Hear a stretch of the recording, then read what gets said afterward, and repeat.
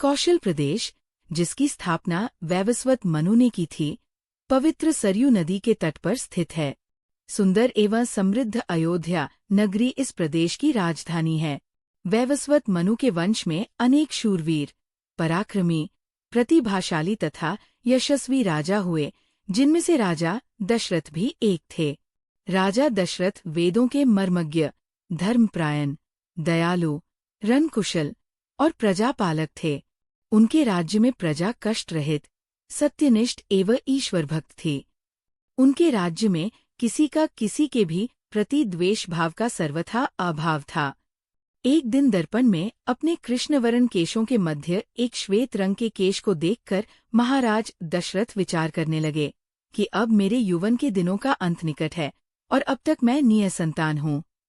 मेरा वंश आगे कैसे बढ़ेगा तथा उत्तराधिकारी के अभाव में राज्य का क्या होगा? इस प्रकार विचार करके उन्होंने पुत्र प्राप्ति हेतु पुत्रेष्ठी यज्ञ करने का संकल्प किया। अपने कुलगुरु वशिष्ठ जी को बुलाकर उन्होंने अपना मंतव्य बताया तथा यज्ञ के लिए उचित विधान बताने की प्रार्थना की। उनके विचारों को उचित तथा युक्तियुक्त जानकर गुरु वशिष्ठ जी बोले, हे राजन, पुत्रेष्ठी यज्ञ करने से अवश्य ही आपकी मनोकामना पूर्ण होगी, ऐसा मेरा विश्वास है। अतः आप शीघ्रातिशीघ्र अश्वमेध यज्ञ करने तथा इसके लिए एक सुंदर श्यामकर्ण अश्व छोड़ने की व्यवस्था करें। दशरथ ने महल में जाकर अपनी तीनों रानियों कौशल्या, कैकेयी और सुमित्रा को ये शुभ समाचार सुनाया। महाराज के वचनों को सुनकर सभी रानियां प्रसन्न हो गईं। गुरु वशिष्ठ की मंत्रणा के अनुसार शीघ्र ही महाराज दशरथ ने सरयू नदी के उत्तरी तट पर सुसज्जित एवं अत्यंत मनोरम यज्ञशाला का निर्माण करवाया तथा मंत्रियों और सेवकों को सारी व्यवस्था करने की आज्ञा दी तथा सेवकों ने महाराज की आज्ञानुसार श्यामकर्ण घोड़ा चतुरंगिनी सेना के साथ छुड़वा दिया। महाराज दशरथ ने देश देशांतर के मनस्वी, तपस्वी, विद्वान ऋषि मुनियों तथा वेद विज्ञ प्रकांड पंडितों को यज्ञ संपन्न कराने के लिए बुलावा भेज दिया। निश्चित समय आने पर समस्त अभ्यागतों के साथ महाराज दशरथ अपने गुरु वशिष्ठ जी तथा अपने परम मित्र अंग देश के अधिपति लोभपाद के जामाता श्रृंग ऋषि को लेकर यज्ञ मंडप में पधारे। इस प्रकार महान यज्ञ का विधिवत शुभारंभ किया गया। संपूर्ण वातावरण वेदों की ऋचाओं के उच्च स्वर में पाठ से गूंजने तथा समिधा की सुगंध से महकने लगा। समस्त पंडितों, ब्राह्मणों, ऋषियों आदि को यथोचित धनधान्य, गौ आदि भेंट करके सादर विदा करने के साथ यज्ञ की समाप्ति हुई। राजा दशरथ ने यज्ञ के प्रसाद को अपने महल में ले जाकर अपनी तीनों रानियों में वितरित कर दिया। प्रसाद ग्रहण करने के परिणाम स्वरूप परमपिता परमात्मा की कृपा से तीनों रानियों ने गर्भ धारण किया।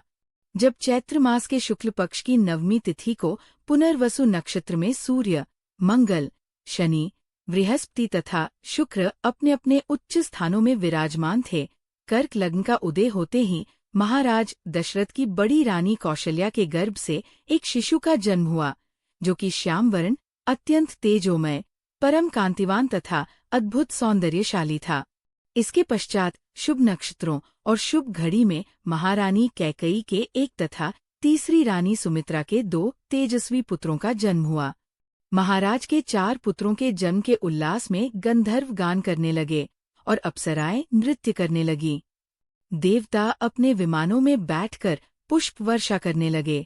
महाराज ने उन्मुक्त हस्त से राजद्वार पर आए हुए भाट, चारण तथा आशीर्वाद देने वाले ब्राह्मणों और याचकों को दान दक्षिणा दी।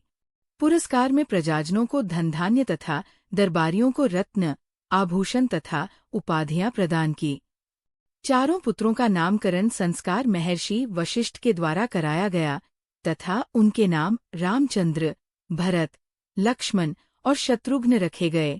आयु बढ़ने के साथ ही साथ रामचंद्र गुणों में भी अपने भाइयों से आगे बढ़ने तथा प्रजा में अत्यंत लोकप्रिय होने लगे। उनमें अत्यंत विलक्षण प्रतिभा थी, जिसके परिणाम स्वरूप अल्पकाल में ही वे समस्त विषयों में पारंगत हो गए।